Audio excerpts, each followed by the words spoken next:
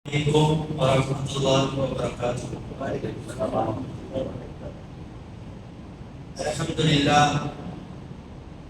Alhamdulillah rabbil alamin. Wal aqibatu lil muttaqin. Wassalatu wassalamu ala asyrafil mursalin wa ala alihi wa sahbihi ajma'in, amma ba'd. فقد قال الله تعالى في القرآن الكريم وفرقان المجيد أعوذ بالله من الشيطان الرجيم بفضل بسم الله الرحمن الرحيم المال والبنون زينة الحياة الدنيا والباقيات الصالحات خير عند ربك ثوابا وخير عملا. وقال نبينا صلى الله عليه وسلم الرجل على دين خليله فلينظر أحدكم من يخالل. صدق الله العلي العظيم. புகழும் புகழ்ச்சியும் ஏக வல்லவனாய் நிறைந்தவனாய் ரப்புல் ஆலமீனாக இருக்கிற அல்லாஹ்வுக்கே அனைத்து புகழும் புகழ்ச்சியும் உண்டாகட்டுமாக. அவனுடைய சாந்தியும் சமாதானமும் திருப்பொருத்தமும் நம் உயிரினும் உயிரான உயிரினும் மேலான உத்தம திருநபி கண்மணி முஹம்மது முஸ்தபா ஸல்லல்லாஹு அலைஹி வஸல்லம் அவர்களின் மீதும் அவர்களுடைய அடிச்சுவடுகளை அவர்களுடைய வார்த்தைகளை தங்களுடைய வாழ்க்கையாக மாற்றி பின்பற்றி வாழ்ந்து கொண்டிருக்கின்ற உத்தம சத்திய சஹாபாக்கள், தாபீன்கள், தபஅ தாபீன்கள், அவுலியாக்கள், நல்லோர்களின் மீதும் குறிப்பாக இந்த நல்லதொரு ஜும்மாவுடைய நாளிலே நல்லதை கேட்பதற்கும் அதன்படி அமல் செய்வதற்கும் முன்கூட்டியே வந்து அமர்ந்திருக்கக்கூடிய நம்மின் மீதும் இனி வரவிருக்கக்கூடிய சகோதரர்கள் மீதும் அல்லாஹ்வுடைய அன்பும் அருளும் என்றென்றும் குன்றாமல் நின்று நிலவட்டுமாக. கண்ணியமிகுந்த அல்லாஹ்வின் நல்லடியார்களே, அல்லாஹ் சுப்ஹானஹு வ தஆலா மனிதன் என்ற இந்த சமூகத்தை இந்த உலகத்தில் வாழ்வதற்காகவும் ரப்புல் ஆலமீனை வணங்குவதற்காகவும் படைத்திருக்கிறார். அதற்கு மட்டும் தானா என்று கேட்டால் இல்லை. இந்த உலகத்தில் படைத்த இந்த மனித சமூகத்திற்கு அநேகமான அமானிதங்களை நாம் கொடுத்திருக்கிறார். அந்த அமானிதங்களை போற்றி பாதுகாத்து நல்ல முறையில் வளர்த்து மீண்டும் ரப்புல் ஆலமீனிடம் கொடுக்க வேண்டிய கட்டாயமும் பொறுப்பும் நம்மிடம் இருக்கிறது. அந்த அமானிதத்திற்கு ஏதேனும் அதை தவறாக பயன்படுத்தினாலோ, சரிவர அதை கவனிக்கவில்லை என்றாலோ, அதை வீணடித்து விட்டாலோ, நாளை மறுமையில் அதற்கான கேள்வியும் கூலியும் நமக்கு இருக்கிறது என்பதையும் நாம் அறிவோம். இப்பொழுது இருக்கக்கூடிய இந்த காலத்தை பொறுத்தவரை எங்கு பார்த்தாலும் ஒரே குழப்பமான சூழல். எங்கு போனாலும் எதை எடுத்தாலும் பிரச்சனை. உடை என்று எடுத்தாலும் அதிலும் பிரச்சனை, உணவு என்று எடுத்தாலும் அதிலும் பிரச்சனை, இருப்பிடம் என்று எடுத்தாலும் பிரச்சனை, கல்வி என்று எடுத்தாலும் பிரச்சனை, மார்க்கம் என்று எடுத்தாலும் பிரச்சனை. இப்படி எங்கு பார்த்தாலும் ஒரே பிரச்சனைகளாக சூழக்கூடிய இந்த நேரத்தில் நமக்கு இருக்கக்கூடிய சவால்கள் எல்லாம் என்னென்ன என்பதை வரிசை கட்டி நிற்க வைத்து பார்த்தால் அதில் ஆகும் பெருமையாக நிற்கக்கூடியது நாளைய சமுதாயத்தை நாம் எப்படி வழிநடத்த போகிறோம், எப்படி வளர்க்க போகிறோம் என்பதுதான். கண்ணியமிகுந்த அல்லாஹ்வின் நல்லடியார்களே, இந்த நூற்றாண்டை பொறுத்தவரை, அதாவது 21வது நூற்றாண்டை பொறுத்தவரை இது ஒரு டெக்னாலஜி காலம். டெக்னாலஜியும் இணையதளமும் அசுர வேகத்தில் பரவிக் கொண்டிருக்கக்கூடிய இந்த தருணத்தில் ஒரு காட்சியை நாம் பார்க்கிறோம், ஒரு செய்தியை கேட்கிறோம் என்று சொன்னால் அது சரியா தவறா என்று அனுசரித்து பார்ப்பதற்கு முன்னால் நம் வீடுகளில் இருக்கக்கூடிய பிள்ளைகளின் கைகளில் அதை நம்மால் பார்க்க முடியும். இப்படி இருக்கக்கூடிய இந்த இக்கட்டான சூழ்நிலையில் நாளைய சமுதாயத்தை நாம் எப்படி வழிநடத்த போகிறோம் என்ற ஒரு கேள்வியை வைத்தால் அதற்கான பதில் மிகப்பெரிய கேள்விக்குறிதானே தவிர சரியான பதில் என்பது நம்மிடம் யாரிடமும் இல்லை. நான் முதலில் சொன்னது போல ரப்பல் ஆலமீன் நமக்கு கொடுத்த அமானிதங்களில் ஆக முக்கியமான அமானிதம் இந்த குழந்தை செல்வங்கள். இந்த குழந்தை பாக்கியத்தை ரப்பல் ஆலமீன் எல்லோருக்கும் தரவில்லை. அதனாலதான் நான் மீண்டும் மீண்டும் இந்த அமானிதத்தை பற்றி நான் சொல்கிறேன். இந்த குழந்தை பாக்கியத்தை பற்றி இயக்கத்திலும், இந்த குழந்தை சப்தத்தை கேட்கக்கூடிய இயக்கத்திலும் எத்தனையோ வீடுகளில் ஆண்களும் பெண்களும் இயக்கத்துடன் அமர்ந்திருக்கிறார்கள். அல்லாஹ் சுப்ஹானஹு வ தஆலா அப்படி இருக்கக்கூடியவர்களுக்கு சீக்கிரமாக ஒரு குழந்தை பாக்கியத்தை தந்தருள் பெறுவானார். கண்ணியமிகுந்தவர்களே, குழந்தைகளுடைய விஷயத்தில் ரப்பல் ஆலமீன் குர்ஆனில் எத்தனையோ விஷயங்களை பற்றி பேசியிருக்கிறார். உதாரணமாக நான் முதலில் ஓதிய ஆயத்தில் கூட குழந்தை செல்வமும் பொருள் செல்வமும் ஜீனத்துல் ஹயாத்துத் துன்யா, இந்த உலகத்தின் அலங்காரங்கள் என்று ரப்பல் ஆலமீன் குர்ஆனில் சொல்கிறார். சொத்து பற்றின பாடங்களை படித்துக் கொண்டே வரும் பொழுது யூசிக்குமுல்லாஹு பி அவுலாதிக்கும் என்று குழந்தைகளுக்கு தர வேண்டிய சொத்துரிமைகளை பற்றி ரப்பல் ஆலமீன் பேசுகிறார். ஒரு குழந்தை பிறந்ததற்கு பிறகு அந்த குழந்தைக்கு எப்படி பால் கொடுக்க வேண்டும், எத்தனை வயது வரை கொடுக்க வேண்டும், எந்தெந்த சூழல்களில் கொடுக்க வேண்டும், எப்படி நிறுத்த வேண்டும், அப்படி நிறுத்துவதாக இருந்தால் அந்த குழந்தை எத்தனை வயதை அடைந்திருக்க வேண்டும் என்பதையெல்லாம் பற்றி, பால்குடி விஷயத்தை பற்றி ரப்பல் ஆலமீன் குர்ஆனிலே பேசுகிறார். நூர் என்ற அத்தியாயத்தில் பருவமடைந்த பிள்ளைகள், நம் வீட்டு பிள்ளைகள் சொந்த வீடுகளில் நுழைவதற்கு அனுமதி கேட்பதை பற்றி ரப்பல் ஆலமீன் குர்ஆனிலே பேசுகிறார். இப்படி குழந்தைகளுடைய விஷயத்தில் ரப்பு பேசியதை எடுத்து பார்த்தோம் என்று சொன்னால் நாம் பேசிக்கொண்டே போகலாம். இப்படி இருக்கக்கூடிய இப்படி குழந்தைகளை பற்றி ரப்பல் ஆலமீன் இவ்வளவு சொல்லியும் அது மிகப்பெரிய அமானிதம் என்று கூறியும் நமக்கு இருக்கக்கூடியது அந்த கேள்விக்குறி மட்டும்தான். ஒரு 2 விஷயங்களை நாம் சீர்படுத்தி விட்டோம் என்று சொன்னால் நாளைய சமுதாயத்தை நாம் அழகாக வழிநடத்தி செல்லலாம். அதில் முதல் விஷயம்,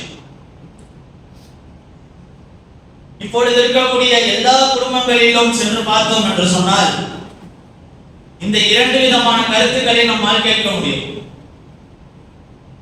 முதல் விஷயம், பெற்றோர்கள்ட்ட போய் உங்க பிள்ளை எப்படி இருக்காரு அப்படின்னா, இப்போ இருக்கக்கூடிய சூழ்நிலையில அநேகமா வரக்கூடிய பதில் என்னன்னா, என் பிள்ளையா என்னத்த சொல்ல, எப்ப பார்த்தாலும் போனை நோட்டிக்கிட்டே இருக்கான், எப்ப பார்த்தாலும் படுத்தே கிடக்குறான், எதை சொன்னாலும் எரிஞ்சு விடுவான், நான் என்ன சொல்லணும்னு தெரியல, சொன்னாலும் சண்டை வருது. இது பெற்றோர்களுடைய கவலை கலந்த ஒரு குழப்பம். அப்படியே பிள்ளைகிட்ட போய் என்னப்பா பிள்ளை அம்மா தான் திட்டிகிட்டே இருக்காங்களா அப்படின்னு கேட்டா அவன் என்ன சொல்லுவான்னு கேட்டா, ஏன்னா எனக்குன்னு ஒரு ஃப்ரீடம் இல்லையாங்க, நான் எதை சொன்னாலும் திட்டிக்கிட்டே இருக்காங்க, நான் எதை சொன்னாலும் பேசுறாங்க, நான் நடந்தா தப்பு உட்கார்ந்தா தப்புனா நான் என்ன பண்றது, அதான் நான் உண்டு என் போன் உண்டுன்னா நான் உட்காந்துட்டேங்க. இது பிள்ளைங்களுடைய கருத்து. இந்த இடத்துல எனக்கு ஒரு கேள்வி, நம் வீடுகள்ல பிள்ளைங்க குழந்தைங்க பிறக்குதுன்னு வச்சுக்கோங்க, 6 மாதங்கள் கழித்து 6 to 8 மாதங்கள் கழித்து தலை நின்று எந்திரிச்சு உட்கார பிள்ளைங்க. அப்படி உட்காரும் பொழுது வீட்டுல இருக்கிற பெரியவங்க என்ன சொல்லுவாங்கன்னா, அல்லாஹ் ஓதுமா அப்படின்னு சொல்லுவாங்க. அந்த குழந்தை என்ன பண்ணுன்னா, என்ன வேலை பார்த்துட்டு இருந்தா என்னதான் விளையாண்டுட்டு இருந்தாலும் கையை அப்படி வச்சுக்கிட்டு அல்லாஹ் அல்லான்னு ஓதும். இன்னும் ஒரு சில பேர் என்ன சொல்லுவாங்கன்னா, லாயிலாவை ஓதுமா அப்படின்னு சொல்லுவாங்க. லாயிலாவை கொஞ்சம் ஸ்பெஷல் இல்லையா, அதனால அவங்க என்ன பண்ணுவாங்கன்னா காலை கொஞ்சம் நீட்டிப்பாங்க, காலை கொஞ்சம் நீட்டிக்கிட்டு கையை அப்படி வச்சுக்கிட்டு லாயிலாக இல்லலான்னு ஓதுவாங்க. இந்த காட்சிகள் எல்லாம் நம்ம வீடுகள்ல பார்த்துருப்போம். என்னுடைய கேள்வி என்ன அப்படின்னா, 6 மாத பிள்ளையாக தலை நீண்டவுடன் எந்திரிச்சு உட்கார்ந்து இருக்கு இல்லையா, அப்ப கேட்கிற குழந்தை, அப்ப நம்மிடம் பேச்சை கேட்கிற குழந்தை ஏன் வளர்ந்ததுக்கு அப்புறம் நம்ம பேச்சை கேட்கறது? இதுக்கான காரணம் என்னன்னு இங்க உள்ளவங்கள்ட்ட கேட்டா, பொதுவா பெரியவங்கள்ட்ட கேட்டா என்ன சொல்லுவாங்கன்னா, பிள்ளைங்க மேலதான் தப்புன்னு சொல்லுவாங்க இல்லையா, பிள்ளைங்க மேலதான் தப்பு. ஏன்னா பிள்ளைங்க பேச்சை கேட்டா எல்லாம் சரியா இருக்கும் அப்படிங்கிற ஒரு வார்த்தையை சொல்லுவாங்க. ஆனா நான் சொல்றேன், யாரும் கோச்சிக்க கூடாது, இந்த விஷயத்துல பெற்றோர்கள் மேலதான் தப்பு. ஏன் அப்படின்னு சொன்னா, நாயகம் ஸல்லல்லாஹு அலைஹி வஸல்லம் ஒரு முறை சொன்னார்கள், இந்த உலகத்தில் பிறக்கக்கூடிய எல்லா குழந்தைகளும் நல்ல மார்க்கத்தில் தான் பிறக்குது, நல்ல பிள்ளையாக தான் பிறக்குது. அந்த பிள்ளை வளர்ந்ததுக்கு அப்புறம் நல்லவனா இருக்கிறதும் அவன் வழிகேட்டுல போறதும் அந்த பெற்றோர்களுடைய வளர்ப்பில் தான் இருக்குது அப்படின்னு நாயகம் ஸல்லல்லாஹு அலைஹி வஸல்லம் அவர்கள் சொல்லியிருக்காங்க. இது அபூ ஹுரைரா ரலியல்லாஹு அன்ஹு அறிவிக்கிற ஹதீஸ், புகாரியில் பதிவு செய்யப்பட்ட ஒரு ஹதீஸ். இப்ப இருக்கக்கூடிய எல்லா பெற்றோர்களும் சொல்லக்கூடிய ஒரு மிகப்பெரிய விஷயம் என்னன்னா, என் பிள்ளை தொழுக மாட்டான், என் பிள்ளை குர்ஆன் ஓத மாட்டான், என் பிள்ளை பாத்தீங்கன்னா போதை பொருளுக்கெல்லாம் அடிமையாயிட்டான், என்ன பண்ணன்னு தெரியல. குற்றச்சாட்டுகளை வைக்கக்கூடிய பெற்றோர்களிடம் நான் கேட்கக்கூடிய ஒரே ஒரு கேள்வி, தொழுக மாட்டான்னு சொல்றோம்ல, இன்னைக்கு காலையில எத்தனை பேர் ஃபஜர் தொழும்? எத்தனை பேர் வீட்டுல இருக்கிற பிள்ளைங்களை எழுப்பிட்டு ஃபஜர் தொழுக போனான்னு சொன்னோம்? நேத்து எத்தனை பேர், நேத்து முழுக்க எத்தனை வீடுகள்ல குர்ஆன்கள் ஓதப்பட்டுச்சு? குர்ஆனை ஓதுறது மட்டும் இல்லாம எத்தனை வீட்டுல குழந்தைகள் கையில கொடுத்து குர்ஆனை ஓதுன்னு சொன்னோம்? போதை பொருட்களுக்கு அடிமையாகிட்டான்னு புலம்புறாங்க. அந்த பழக்கம் எங்கேருந்து ஆரம்பிச்சிருக்கோம் அப்படின்னு பார்த்தா வீட்டுல இருந்து தான் ஆரம்பிச்சிருக்கோம். எப்படின்னு கேட்டா, வீட்டுக்கு அடிக்கடி வந்து போற ஒருத்தருக்கு அந்த பழக்கம் இருந்திருக்கும். அதை பார்த்து வீட்டுல இருக்கிற மத்த பெரியவங்க அதை கண்டிக்காம இருந்திருப்பாங்க. ஒருவேளை தப்பு இல்லையோ அப்படின்னு தான் ஆரம்பிச்சிருப்பான். அதுக்கப்புறம் சவகாசம் வேற மாதிரி போய், அது நண்பர்கள் சம்பந்தப்பட்ட டாபிக், அது நம்ம ரெண்டாவது பேசுவோம் இன்ஷா அல்லாஹ்.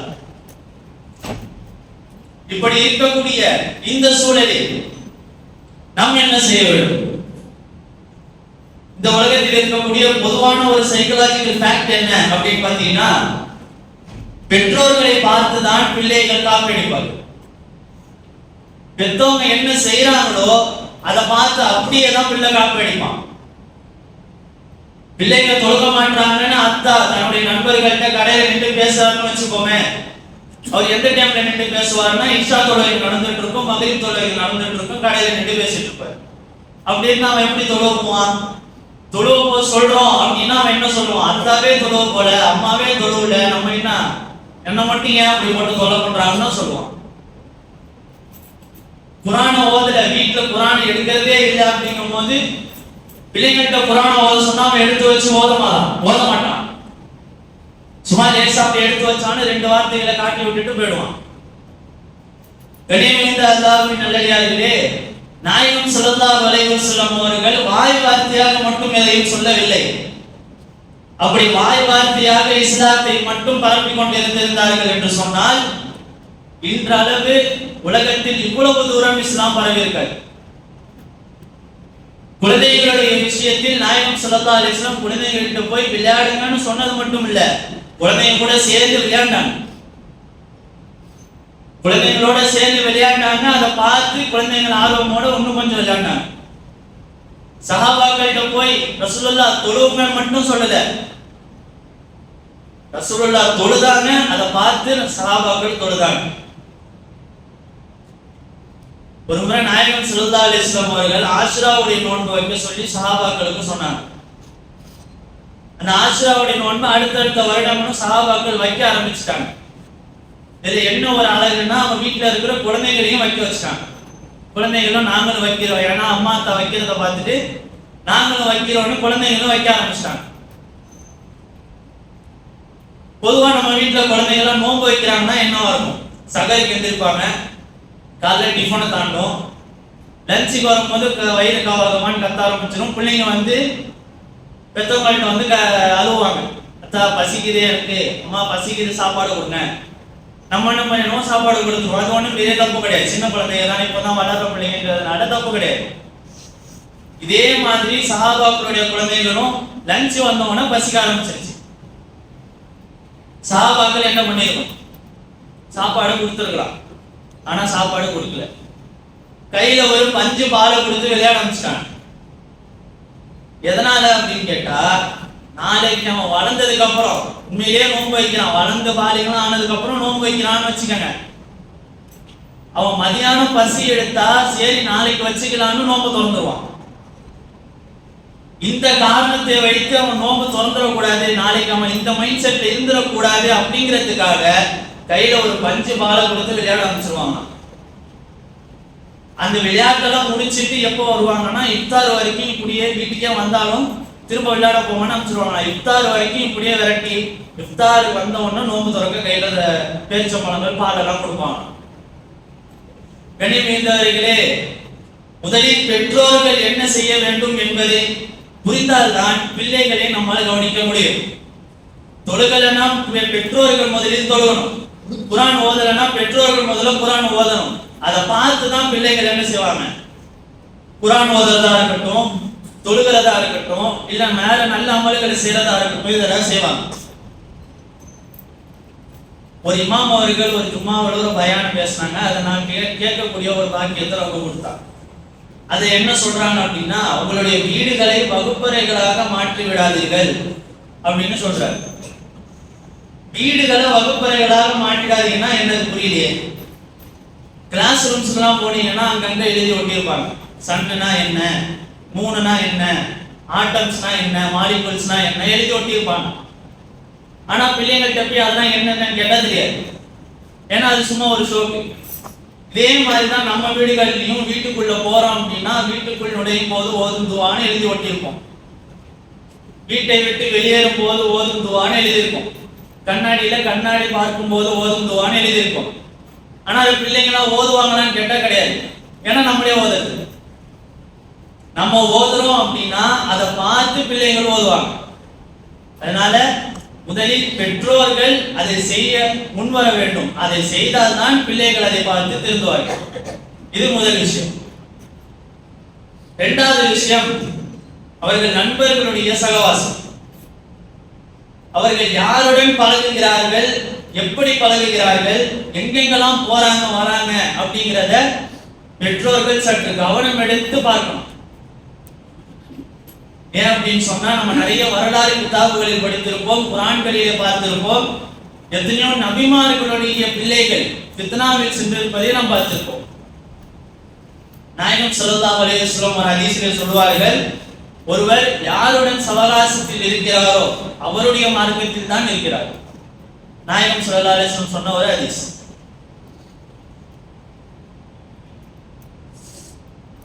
இப்போ நண்பர்களை எப்படி தேர்வு செய்யணும்? இது சின்ன பிள்ளைங்களுக்கு மட்டும் இல்ல, பெரியவங்களுக்கும் தான். ஏன்னு சொன்னா 50-60 வயசுல என் ஃப்ரெண்டு பேச்சை கேட்டு நான் இந்த தப்பு பண்ணிட்டேங்கிற கேஸும் இருக்கு. அதனால என்னன்னா இந்த விஷயம் எல்லாருக்கும் பொதுவான ஒரு விஷயம். இமாம் கஸாலி ரஹ்மத்துல்லாஹி அவர்கள் பிதாயத்துல் ஹிதாயா அப்படிங்கிற ஒரு கிதாபுல ஒரு நண்பனை எப்படி தேர்வு செய்யணும் அப்படிங்கிற விஷயத்தெல்லாம் எழுதுறாங்க.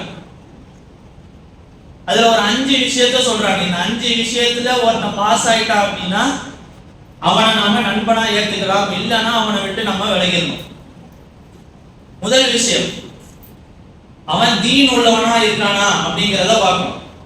முதல்ல அவன் தொழுகிறானா, குரான் ஓதுறானா, இல்ல நம்ம தொழுவ போறதை தடுக்கிறானா, குரான் ஓதுறதை தடுக்கிறான், இல்ல மற்ற நல்ல விஷயங்களை செய்ய போகும்போது அவன் கூட வரானா இல்ல தடுக்கிறானா, தீனோட இருக்கிறானா, தீனோட ஒட்டி இருக்கானாங்கிறத நம்ம பார்க்கணும்.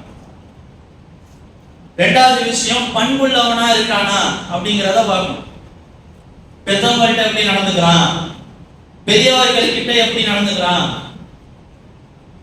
சின்ன பிள்ளைங்கள்ட்ட எப்படி நடந்துக்கிறான், காசு இருக்கிறவன்ட்ட எப்படி இருக்கான், காசு இல்லாதவன்ட்ட எப்படி இருக்கான், இப்படி அவனுடைய பண்புகளை பார்க்க வேண்டும். இது எல்லாத்துலயும் அவன் இஸ்லாம் சொன்னபடி இருந்தானா அவன் கூட இருக்கலாம், இல்லைங்கிற பட்சத்தில் அவன் விட்டு விலகிடும். மூணாவது விஷயம், பெரும்பாவங்கள்ல இருக்கானாங்கிறத பார்க்கணும். பெரும்பாவங்கள்னா என்ன?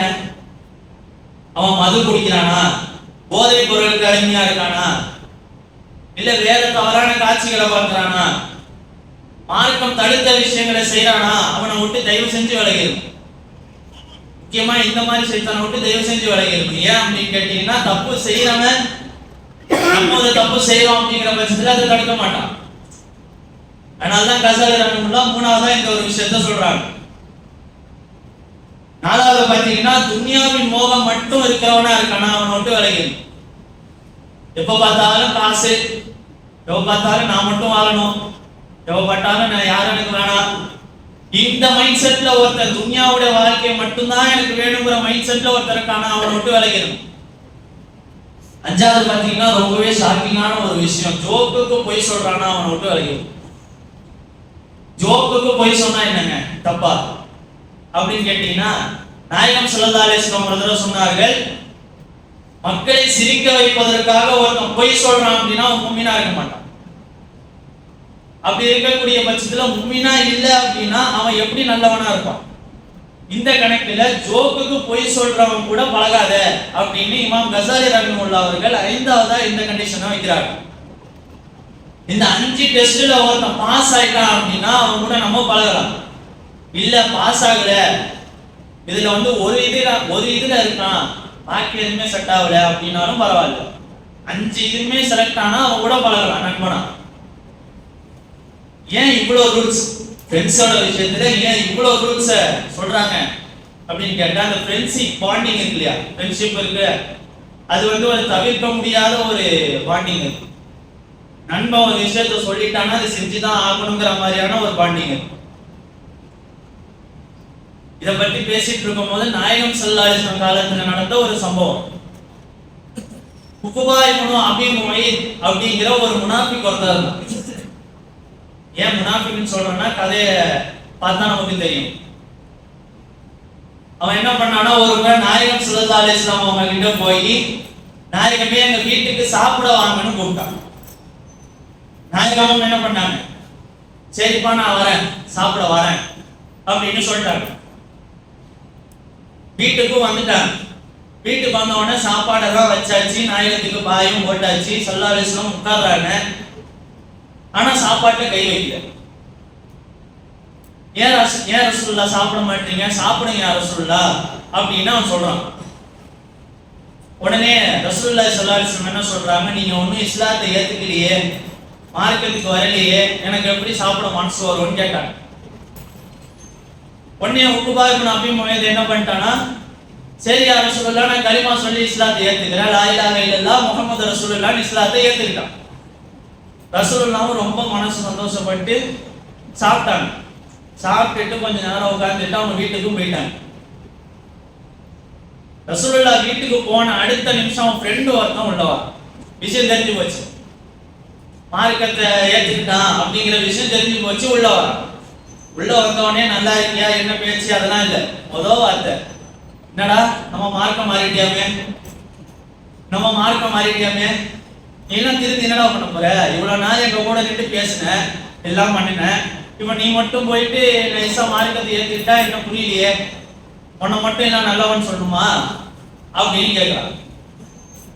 உக்பா இப்னு அபீ முஐத் உண்மையிலேயே இஸ்லாத்தை ஏத்துக்கிட்டானா இருந்தா என்ன சொல்லியிருக்கணும், ஆமாண்டா நான் ஏத்துக்கிட்டேன் சொல்லியிருக்கணும். இவன் என்ன சொன்னானா, இல்ல நாயகத்தை வீட்டுக்கு சாப்பிட கூப்பிட்டேன், அவங்க வீட்டுக்கு வந்துட்டாங்க, சாப்பாட்டை கை வைக்க போகும்போது நீங்க இஸ்லாத்தை ஏத்துக்கிட்டியே, நான் எப்படி உங்க வீட்டுல சாப்பிடுறதுன்னு கேட்டாங்க. அதனால நான் என்ன பண்ணேன், அவர் முன்னாடி கலிமா சொல்ற மாதிரி நடிச்சேன். அதை பார்த்துட்டு அவங்களும் சாப்பிட்டுட்டு அடிச்சு போயிட்டாரா அப்படின்னு ஒரு பையன் சொன்னான். நண்பனாச்சே சும்மா விடுவானா? இந்த கதையெல்லாம் என்கிட்ட விடாது, நேரா போ மஸ்ஜித் நபவியில முஹம்மது ஸல்லல்லாஹு அலைஹி வஸல்லம் இருப்பாங்க, முகத்துல போய் துப்பிட்டு வா, உன்னை நான் நம்புறேன். எப்படி? நேரம் எஞ்சி போ, மஸ்ஜித் நபவியில நாயகம் இருப்பாங்க, முகத்துல துப்பிட்டு வா, உன்னை நான் நம்புறேன். இப்பயும் ஒரு சான்ஸ் இருக்கு. நாயகம் ஸல்லல்லாஹு அலைஹி வஸல்லம் உண்மையிலேயே ஈமானை ஏத்துக்கிட்டான், இஸ்லாத்தை ஏத்துக்கிட்டானா, நேரா நாயகத்திட்ட போய் என்ன சொல்லியிருப்பானா, யா ரசூலுல்லாஹ் இந்த மாதிரி அவன் நண்பன் சொல்றான், என்ன பண்றது, அதெல்லாம் கேட்கல, நேரா போய் முகத்துல துப்பிட்டு வந்துட்டான். இவன் திருமண வேகத்துக்கு ரப்புல் ஆலமீன் வகியை இறக்குறான். வயோம யஊது ஸாலிமு அலா யதைஹி யகூலு யா லைத்தனி இத்தகது மா ரசூலி சபீலா, நாளை மறுமையில் அவனுடைய விரல்களை கடித்து கொண்டு அவன் வேதனைகளை அனுபவிப்பான். அப்படியே இரண்டாவது ஆயத்தில் சொல்றான், யா வைலத்தா லைத்தனி லம் அத்தகிது ஃபுலாலன் கலீலா, என்ன வழிகெடுத்த ஒருத்தனை நண்பனா ஆக்கிக்கிட்டேனே அப்படின்னு புலம்புவான். அல்லாஹ் இன்னொரு ஆயத்துல வேற ஒரு இடத்துல இன்னொரு ஆயத்துல என்ன சொல்வானா, அல் அஃபில்லாஹு யௌமதின் பஅலுஹும் லிபஅலின் அதுவுன் இல்லல் முத்தகீன். பயபக்தி உடையவர்களை தவிர நண்பர்கள் அந்நாளில் சிலருக்கு சிலர் விரோதிகளாகவும் துரோகிகளாகவும் ஆகிவிடுவார்கள். இன்னைக்கு கூட்டா சேர்ந்து எல்லா தப்பும் பண்ணிடுவாங்க. நாளைக்கு ரப்பு முன்னாடி நிற்கும் பொழுது யாரெல்லாம் நான் இந்த தப்பு பண்ண போனேன், அது தப்புன்னு எனக்கும் தெரியும் அவனுக்கும் தெரியும், என்ன தப்புன்னு சொல்லி தடுத்திருந்தா நான் அதை செஞ்சிருக்க மாட்டேன், இவன் என்னை தடுக்கல அதனால நான் செஞ்சேன், போட்டு விட்டுருவான். அதனாலதான் நாயகம் ஸல்லல்லாஹு அலைஹி வஸல்லம் அவர்களும் இமாம் கஸாலி ரஹ்மத்துல்லாஹி அவர்களும் இன்னும் எத்தனையோ இமாம்கள் நண்பர்களுடைய விஷயத்தில் நீங்கள் மிகவும் கவனமாக இருக்க வேண்டும் அப்படிங்கிற விஷயத்தை ரொம்ப கண்டிப்பா சொல்றாங்க. ஆக அல்லாஹ்வின் நல்லடியார்களே, இந்த ரெண்டு விஷயத்துல நம்ம சீர்படுத்திட்டோம், இந்த ரெண்டு விஷயத்துல நம்ம ஒழுங்காயிட்டோம் அப்படின்னா நாளைக்கு நம் வீடுகளில் இருக்கக்கூடிய பிள்ளைகளை ஒழுக்கமான முறையிலும் நல்ல முறையிலும் வளர்க்க முடியும். அல்லாஹ் சுப்ஹானஹு வ தஆலா இப்படி சொன்ன பாவங்களை எல்லாம் விட்டு ரப்பல் ஆலமீன் நம்மை பாதுகாத்து அருள் புரிவானாக. நாளைய சமுதாயத்தினரை நம் வீட்டில் இருக்கக்கூடிய நல்ல பிள்ளைகளை நல்ல முறையில் வளர்த்தெடுத்து ரப்பல் ஆலமீன் கொடுத்த அந்த அமானிதத்தை நல்ல முறையில் மீண்டும் அவனிடமே கொடுக்கக்கூடிய பாக்கியத்தை வல்ல ரஹ்மான் நம் அனைவர்களுக்கும் தந்தருள் புரிவானாக. கடைசியா ஒரே ஒரு சேலஞ்ச் மட்டும் சொல்லி என்னுடைய இந்த ஜும்மாவுடைய வார்த்தைகளை முடித்துக் கொள்கிறேன். நம்ம இவ்வளவு நேரம் பேசினதுன்னா மெயின் பாயிண்ட் என்னென்ன அப்படின்னு பார்த்தீங்கன்னா, குடும்பங்களும் நண்பர்களும் சரியாக இருந்தா எல்லா விஷயமும் சரியாயிடும் இல்லையா? அதனால இன்று அசரில் இருந்து இன்ஷா அல்லாஹ் நம்ம வீடுகளில் இருக்கக்கூடிய பெரியோர்கள், பிள்ளைகளை பெற்றெடுத்த பெற்றோர்கள் குழந்தைங்களோட அசர் தொழிலுக்கு வாங்க. நண்பர்கள் இருக்கீங்களா, வெளியில இருக்கீங்களா, போன் அடிச்சு எங்க இருந்தாலும் பரவாயில்ல, பக்கத்துல இருக்கிற பள்ளிக்கு போய் தொழு, இங்கதான் வரணும்னு அவசியம் இல்லை, பக்கத்துல இருக்கிற பள்ளிக்கு போய் தொழுதுட்டு எனக்கு போன் பண்ணி சொல்லு, ஒரு ரிமைண்டர். பெற்றோர்கள் வீட்டில் இருக்கிற பிள்ளைங்களை கையோடு பிடிச்சு தொழுகைக்கு இழுத்துருவாங்க. இந்த ஒரு விஷயத்தை மட்டும் இந்த அசரிலிருந்து நம்ம பார்க்க ஆரம்பிச்சிட்டோம் அப்படின்னு சொன்னா நம்மளுடைய சமுதாயம் மாற்றத்திற்கு தயாராகி விட்டது என்பதை நம்மால் புரிந்து கொள்ள முடியும். இந்த ஜும்மாவுடைய நாளை பொருட்டால் இந்த வார்த்தைகளை ரப்பல் ஆலமீன் ஏற்றுக்கொள்வானாக. எதை சொன்னோமோ எதை கேட்டோமோ அதன்படி விளங்கி அமல் செய்யக்கூடிய பாக்கியத்தை வல்ல ரஹ்மான் நம் அனைவர்களுக்கும் தந்தருள் புரிவானாக. வாசில் தாவான அல்ஹம்துலில்லாஹி ரப்பில் ஆலமீன். அஸ்ஸலாமு அலைக்கும் வரஹ்மத்துல்லாஹி வபரகாத்துஹு.